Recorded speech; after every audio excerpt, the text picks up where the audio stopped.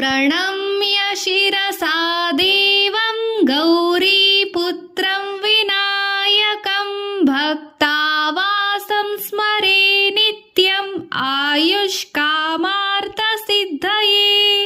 प्रथमं वक्रतुण्डं च एकदन्तं द्वितीयकं तृतीयं कृष्णपिङ्गाक्ष गजवक्त्रं चतुर्थकम् लम्बोदरं पञ्चमं च षष्ठमं विकटमेव च सप्तमं विघ्नराजं च धूम्रवर्णं तथाष्टकम् नवमं बालचन्द्रं च दशमं तु विनायकम् एकादशं गणपतिं द्वादशं तु गजाननम् द्वादशैतानि नामानि त्रिसन्ध्यं यः पठे नरः न च विघ्नभयं तस्य सर्वसिद्धिकरं प्रभुः।